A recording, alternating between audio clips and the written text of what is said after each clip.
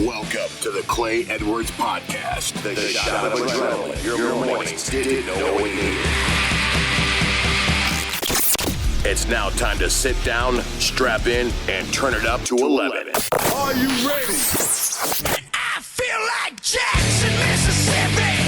As we go to war for the soul of America, your host, award-winning podcaster, Clay Edwards. Are you as glad to be here as I am today? Man, let me tell you, what a crazy week it has been. I want to thank everybody so much for tuning in last week, downloading the podcast, the texts, the calls, the Facebook messages, all the congratulations, the people who actually enjoyed the show. That was awesome. It lets me know we're on the right track. Well, look, welcome to episode 2. We are here at the Generator Power Solutions studio, right here at 103.9 WYAB. Look, Generator Power Solutions, the name says it all. They put generators on your businesses and houses. Look, I have a motto that I live by. If you stay ready, you don't have to get ready. So get ready today by calling Generator Power Solutions. That's Jason Frost at 601-519-4064. Great people, locally owned, locally operated, right out of here in central Mississippi. Also, if you want to chime in today, partake in the show, you can reach us at 601-879-0002. That is the Black Axes Throwing Club phone line. Again, 601-879-0002. All right, look, man, let's jump in. Did you watch the Super Bowl last night? I know a lot of people have kind of sworn it off a little, so they weren't going to watch it. But, I did. I watched the Super Bowl. I'm not upset about it. It was a good game. Well, it was a good game because I was pulling for Tom Brady to win. At this point, Tom Brady has beat me into submission, and anything short of being a Tom Brady fan, you're just missing out. So you might as well enjoy the greatness. We haven't seen an athlete like this since Michael Jordan. And I know at 43 years old, even I can sit here and say that I don't remember the most of the Jordan stuff. I remember the second three-peat.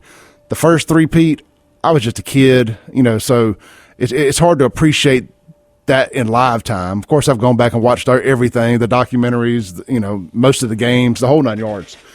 Nobody questions Jordan being the GOAT of basketball and not just basketball, but what he did for athletes making money, endorsements, the shoe stuff, all of that. I mean, I think Jordan changed the game, but is it time to have a real conversation? And this isn't a sports show, but I just wanted to ask this.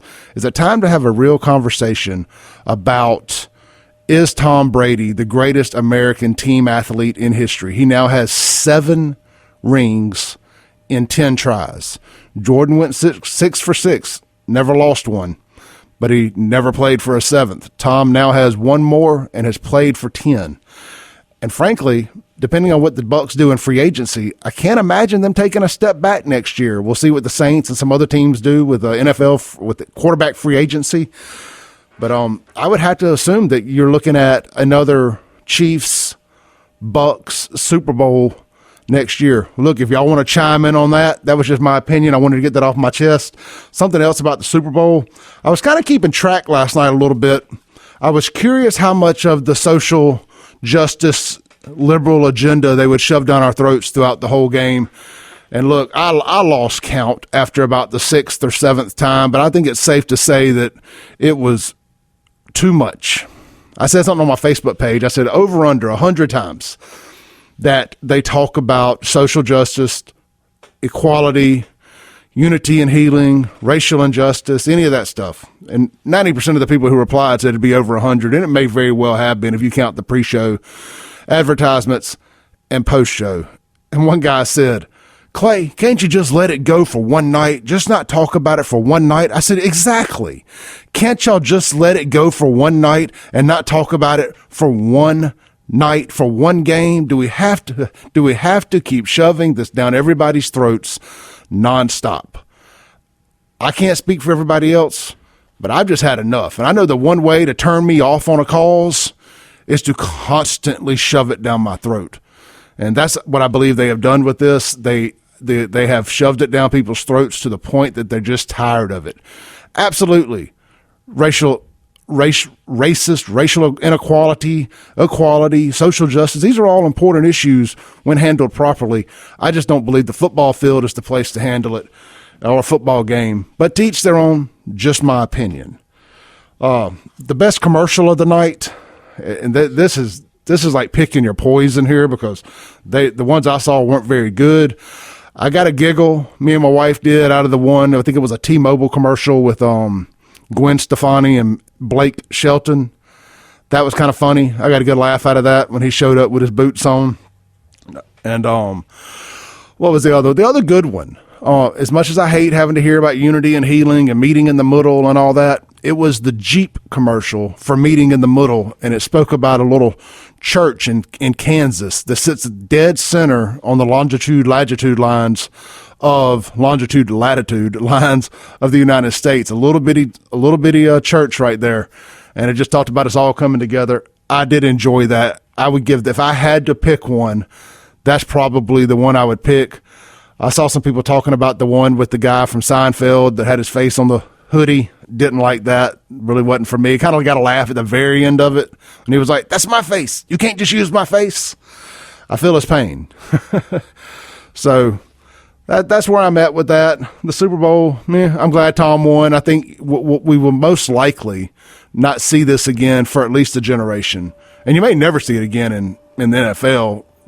He's a rare individual with what he does with his health and his TB12 method and all of that. So, well, look, so speaking of sports, there's something that I think is important to a lot of us, right? Especially as men. And something that seems to be becoming an epidemic of sorts. Low testosterone in men, and not just men over 40 anymore. This has become an epidemic in men in their 20s and 30s, way before it should be an issue. And there's a lot of things that can be attributed back to. I was just kind of kicking the can down the road on this subject with my wife some last night, going down to the bottom of some internet rabbit holes, or the YouTube rabbit hole they say that does not exist. And there's some theories that, because I was particularly talking about my generation, 43-year-olds, and the generations prior to us, kind of our kids, kind of that in-between generation, born after, say, 85 or born in the 90s. A lot of those guys are very, how you say, feminine. And I don't mean their sexuality or anything like that. I just mean their build. They're very skinny, no muscles, nothing. I mean, not even fat, just skinny, low testosterone. Like you just look at it and you're like, there's a soy boy. A lot of it can have something to do with your diets. These vegan diets nowadays, you're not getting any protein. It's going to bring your testosterone levels way down.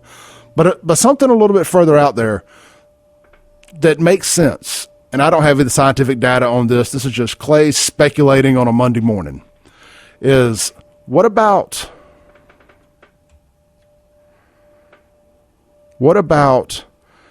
the fact that it could be from birth control? Or what am I trying to say here? Birth control. Yeah. That's an antidepressant medicine that women are taking that could be damaging their uterus.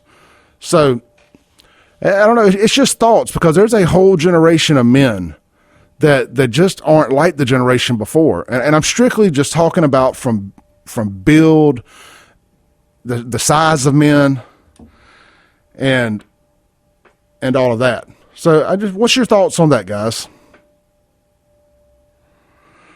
There are some low T clinics around here. I would like to get somebody on at some point, but there's this crew of guys. They're called the BuzzFeed Try Guys, and there was a study they did, and it's called They Have Dangerously Low Testosterone. The article I have, and it's pretty interesting here. There's 4 guys: Eugene, Keith, Zach, and Ned. Eugene's T-score is 363. Keith's is 259. Zach's is 252. And Ned is 212. These guys' T-scores should be between, but at the ages 25 to 34, the average T is 617. So at minimum, these guys are 50% off based on their age group. It says here, among many other things, testosterone increases sex drive and sexual function. It also has a profound effect on how a man thinks. This is why the Try Guys YouTube antics are very feminine in nature. I mean, what kind of man has a contest with his friends over who is the hottest? Low T is causing them to think like females. And I've got this article here. I cannot say the name of where I got this article on the air. I will, if you want it, I'll email it to you. Email me clay@wyab, and I will send you this article. Like I said, it's kind of a sexually explicit name of the website, and I don't want to put that out on the air. We do have rules here at 1039 WYAB, and I don't want to take a chance of crossing them, even though my show motto is breaking rules when necessary. But I've been in trouble with the FCC before, so I'm going to stay out of that one. So it's pretty interesting. What do you guys think about that, man? You see that a lot around here, and it's just like men are not acting like men anymore. Again, this is not about sexuality or anything like that. I'm just talking about men. And that's what this show is going to be a lot about. I started this thing this week. Y'all going to laugh at me. I decided to try yoga. And it's not your different, this ain't your mama's yoga. It's called DDP yoga. That's Diamond Dallas Page. He was a big wrestler back in the 90s, early 2000s. He's got this thing called DDP yoga. It helped save Jake the Snake Roberts' life, several other wrestlers, addicts, stuff of that nature. It's very physical yoga. So I started that, trying to get a little more limber, a little more stretched out. I think that's really important as we get into our 40s and on into the second half of our lives. At least I hope this is the second half, not last third. I hope I live another 40 years, healthy and happy. So we'll see how that works. So fingers crossed. But you can try things. That's all I'm saying. But the low T guys, this is really, really bad. The guy says, if I was a betting man, it is all but guaranteed that these four men have little to no attraction to women or drive to actually have affairs with women. They likely don't even get the morning excitement. Says they are not freaks, they are the new normal. A very sizable percentage of millennial men suffer from low testosterone levels. The reasons are pretty well known, but hard to combat. And we're going to take a break real quick, and we will discuss that on the other side, right here on the Clay Edwards Show, 103.9 WYAB. All right. Welcome back here to the Clay Edwards Show. We are here in the Generator Power Solutions studio. If you want to participate in the show today, give us a call on the Black Axis Throwing Club phone line at 601-879-0002. I'm going to pick up where I left off here. We're discussing low T in men, millennial men. It says some of the reasons would be modern lifestyle is sedentary, and most lucrative jobs in modern economy require sitting in front of a computer under fluorescent lighting for 10 hours a day. The male body requires routine athletic activity and exposure to sunlight, and most aren't getting it. So long story short, you need to get up out of the chair and get in the sun, get some vitamin D. On top of that, processed foods and chemical pollutants are crippling men's hormone systems. The near universal use of the birth control pill by women results in water supply being tainted with estrogen. Heck, male fish in polluted rivers are actually becoming female. And I have the story to that. I have the full story from Popular Science 10 years ago. They did a study, especially through the Southeast in the Mississippi River. Male bass fish, something in the river is turning them into female fish. Now, I could say white liberal males probably peeing in the river are doing that, but that's just speculation on my end. And I'll share these links out to these stories for you guys. And then it says the millennial men's biggest challenge, the erectile dysfunction, ED epidemic among young men is directly tied to low testosterone levels. Not only is low ED lowering the quality of men's lives, it is literally threatening men's abilities to reproduce. This is quickly becoming an extinction level problem in modern culture. If you suffer from ED, the first thing you need to do is prioritize your health, and increase testosterone will follow. Look, I'm not going to read this whole thing. Y'all don't listen to hear me read. You listen to hear me talk. So anyway, if you guys got any thoughts on that, I'd be interested to know. I didn't realize that there was some scientific stuff there about millennial men having low T. It makes sense. It makes all the sense in the world. So I'm curious what you guys' thoughts are.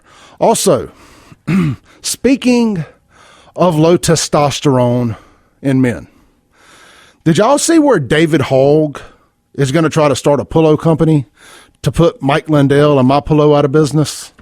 It's true. It's true. Our favorite activist, David Hogg, the definition of testosterone, is going to start a woke pillow company. And his intentions are to put My Pillow out of business. And let me tell you something. From a guy that's ran successful and unsuccessful businesses over the years, whenever you do anything out of spite or to try to hurt someone else, that blows up in your face 100% of the time. One way or another, that blows up in your face 100% of the time. So this guy wants to cost American jobs. Well, we know who he voted for. It says, the idea was posed to Hogg in a tweet from entrepreneur William Legate on Thursday, questioned whether the duo should start a pillow company to put My Pillow out of business. The CEO and founder of My Pillow, Mike Lindells, is a vocal supporter of Donald Trump and has repeatedly promoted alleged false claims of fraud about the 2020 presidential election. Mike, the My Pillow guy, this pillow fight just got very real, Hogg tweeted. I've been seeing the memes all weekend of what could David Hogg call his pillow company. And if somebody said, Willow Pillow, soft just like me.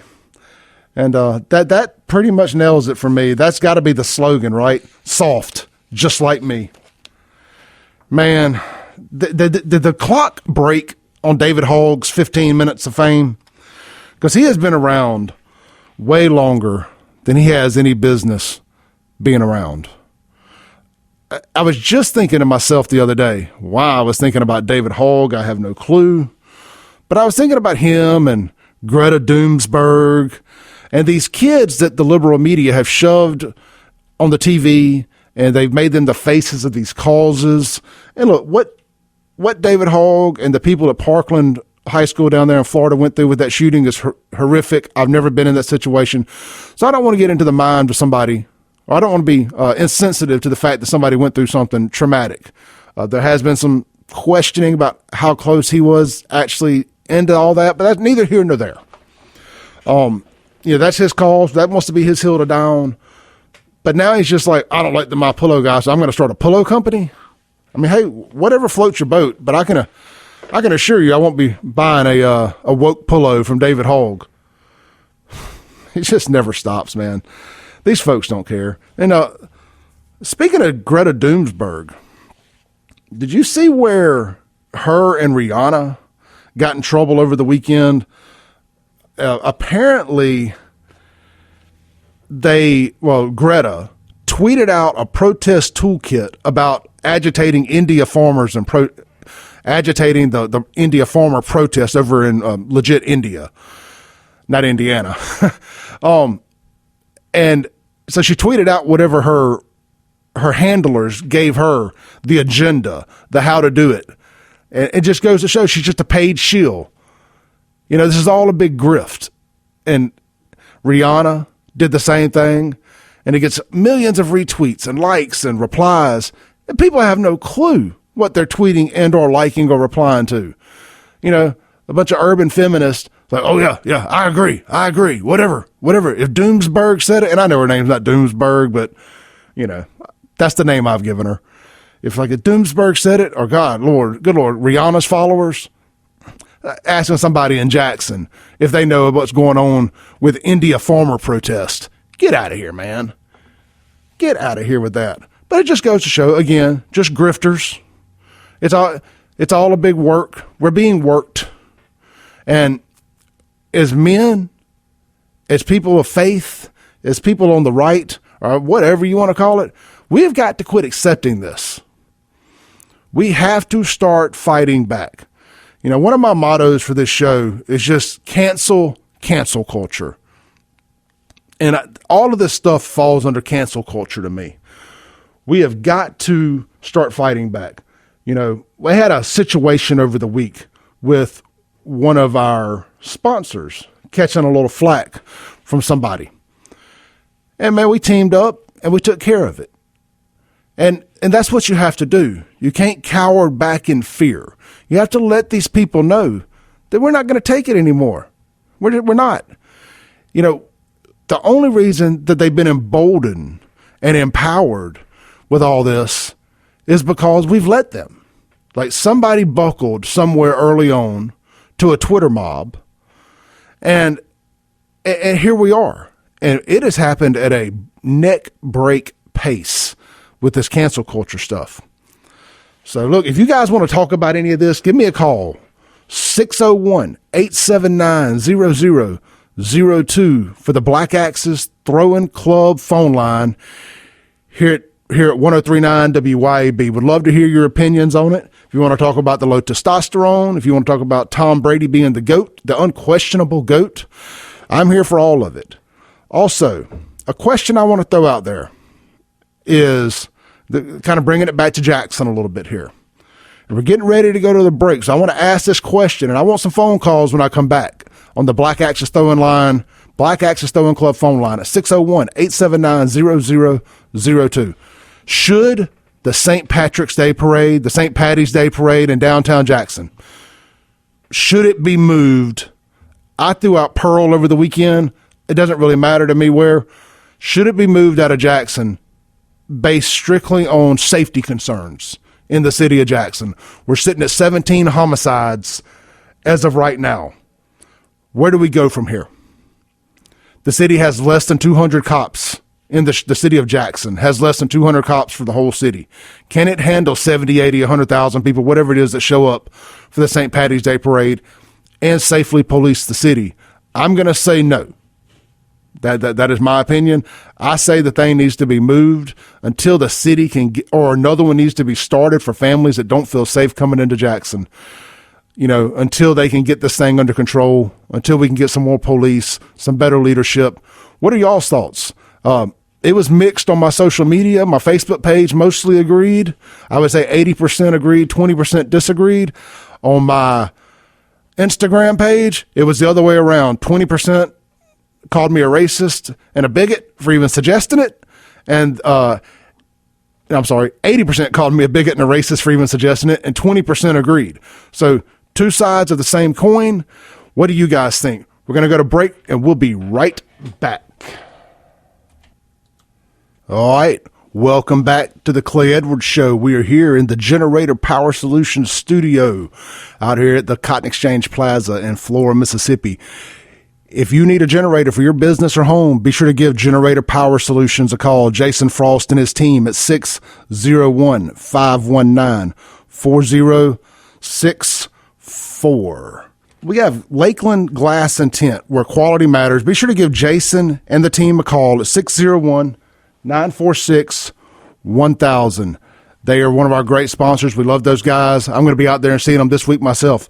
I got to get 2 windshields, and I need to get my daughter's car tinted. So windshields, window tint, it's all there. Caller, if you'll try calling back real quick. We had a little technical difficulty there. I do apologize. Before I went to the break, I asked you guys, do you think the St. Patrick's Day Parade needs to be moved out of Jackson? Maybe not permanently, but after the canceling of the Dixie National Parade over COVID fears, it's only a month away. Does it make sense to move it? I mean, out of COVID fears for Jackson, even though that does not seem to be an issue anywhere else in the Tri-County area. I'm just curious, if they have it in Jackson, are you going to go? Because the COVID is the least of my fears in Jackson. My fears are Jackson, not COVID. As I've been telling y'all, we have dueling pandemics. We have Jacksonians and COVID. We're sitting at 17 homicides. What are we, 39 days into the year? 38 days into the year? Man, that's wild. That is wild. And, I don't know what we do to get that under control. So, all right, while we wait on somebody to call in to discuss that, let's talk about a little cancel culture backfire. Cancel culture had a backfire today and, over the weekend. Morgan Wallen, country singer, country superstar. I don't listen to his music. I don't like new country per se.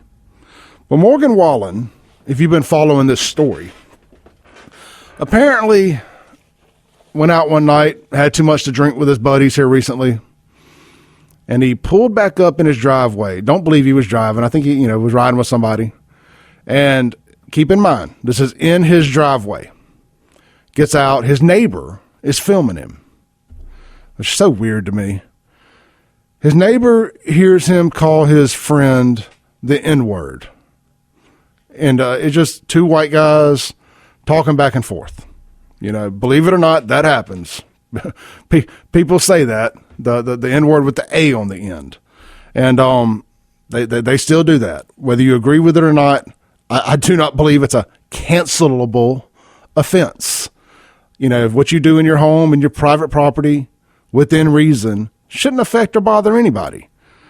Again, I'm not a fan of Morgan Wallen. Couldn't tell you one song he sings, but I am a fan of people not being canceled over silliness. So they took his music off CMT.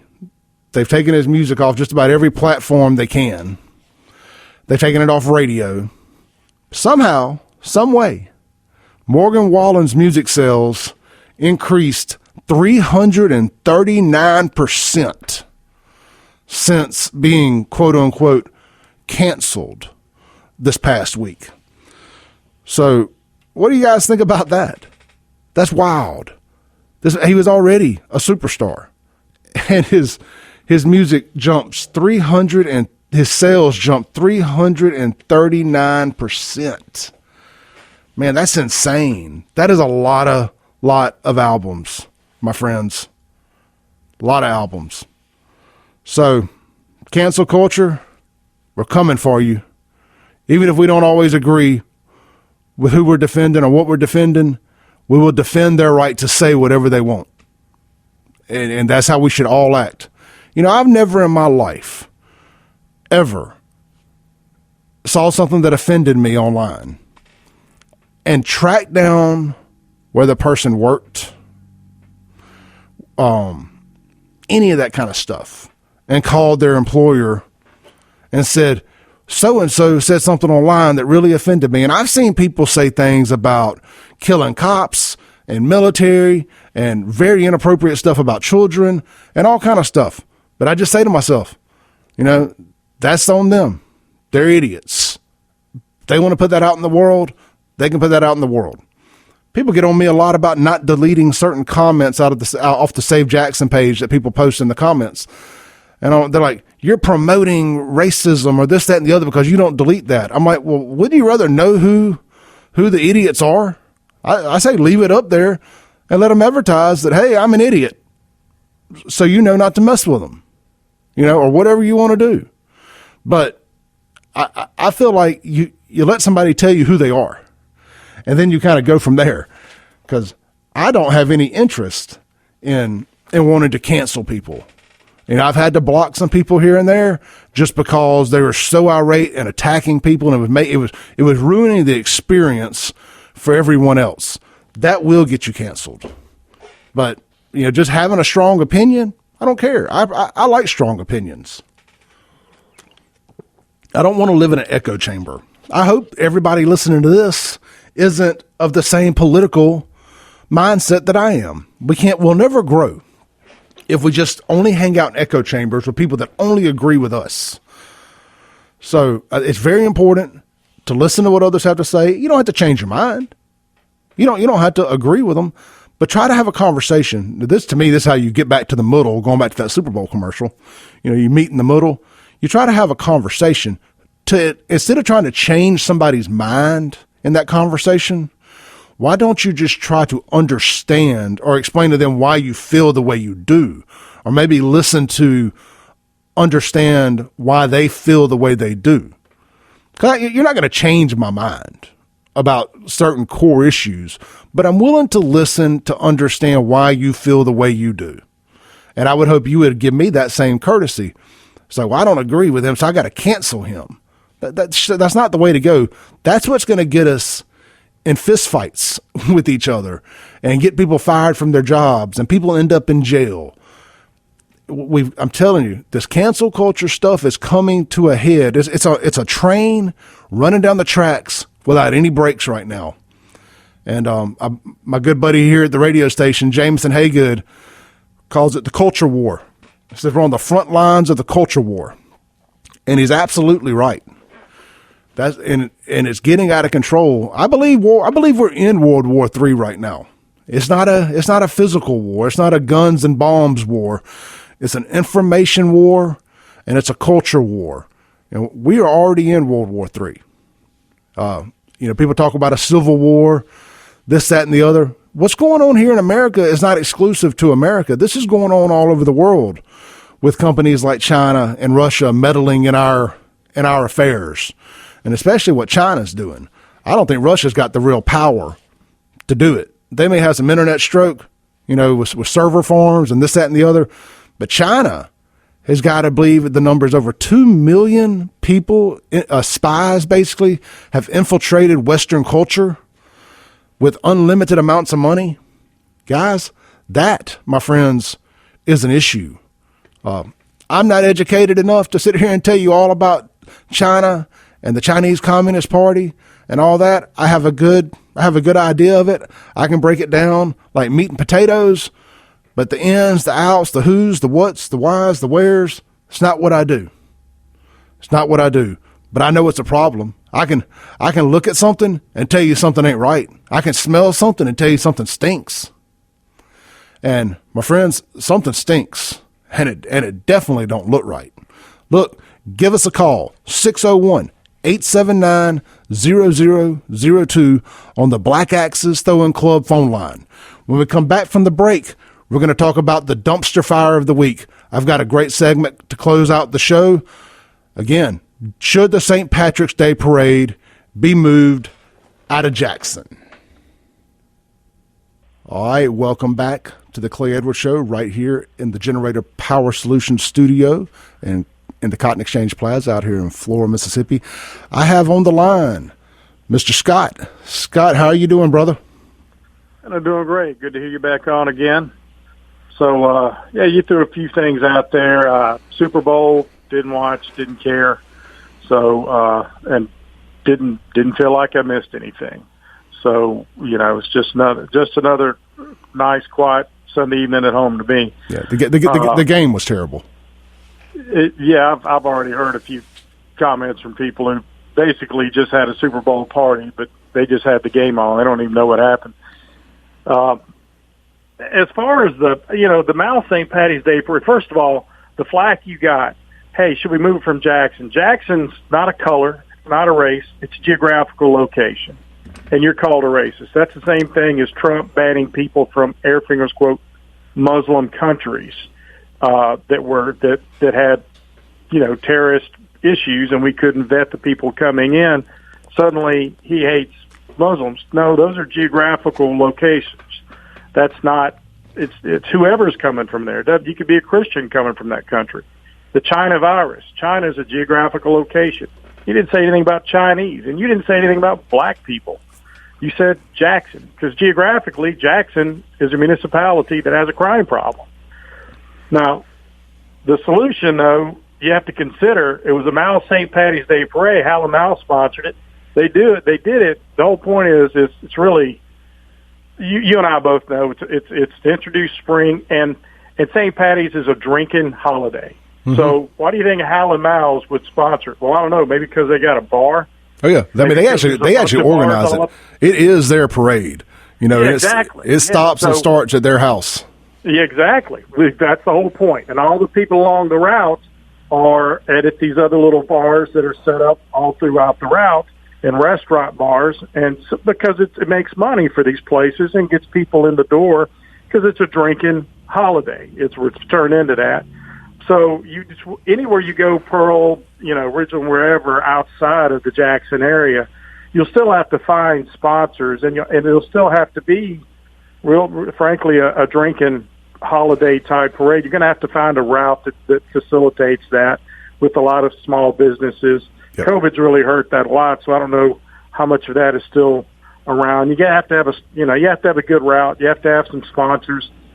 They may have to tweak it to make it a little more family friendly, because some of these other suburbs don't want a big drunk fest up and down their street just because a holiday calls for it. They're happy keeping it, doing it in Jackson and then going home to their suburbs to sleep it off the next day. So, those are some of the considerations, but it's definitely worth looking at. And you're not racist for not wanting to get shot, Clay. I'm sorry. I know, man. It blows my mind. And why I asked the question initially was because they denied a permit to the Dixie National Rodeo Parade on the premise of COVID. So if you're going to use that thought process, and it's safe to say that in 1 month from now, we're not going to be in much better shape than we are today concerning COVID. If you believe that it's all as bad as they say it is, I'm just going to use their logic for a minute here. Why would you have the St. Paddy's Day parade? So my logic was move it to a city that would embrace it and work around the constraints of social distancing and COVID. And where do you have space? Where would it work?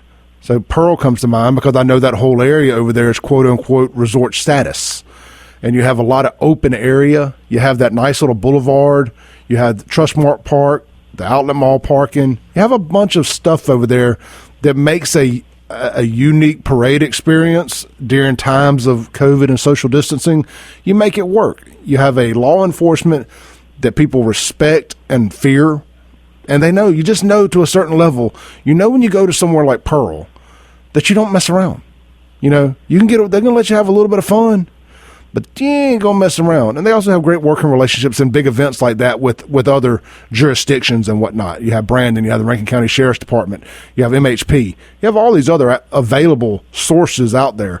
So it was just one thing that came to mind. But yeah, I agree, man. I couldn't agree with you more. It is a drinking holiday. I know Hal and Miles don't want to move the parade to Pearl, but that doesn't mean that Pearl or Madison or whoever else can't start their own St. Paddy's Day parade. And I believe that if there was ever a time for a competing parade, it is now.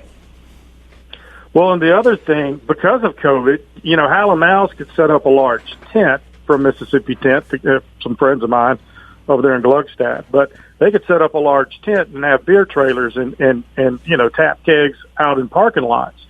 So, because that's how they do it, that's how they do Mardi Gras and everything else in Louisiana. So there's a lot of ways to do it. All right, Scott, I appreciate you calling in, brother. I got to wrap the show up, man. Thank you. All right, look, closing the show, the dumpsters of Mississippi dumpster fire of the week. Is it any question? It's the Super Bowl halftime show. That was absolutely terrible. I didn't know one song. You had guys wearing jock straps all over their faces. Absolute dumpster fire. That was the first thing that came to mind, and I knew that today it had to be the dumpster fire of the week. Thank you for tuning in to the Clay Edwards Show here on 103.9 WYAB. Tonight, check me out on my Facebook page at Save Jackson. I'll be interviewing Ray Andradaco and Fred Shanks to discuss Christian's Law. Christian's Law. Christian's Law. Christian's Law. Christian's Law.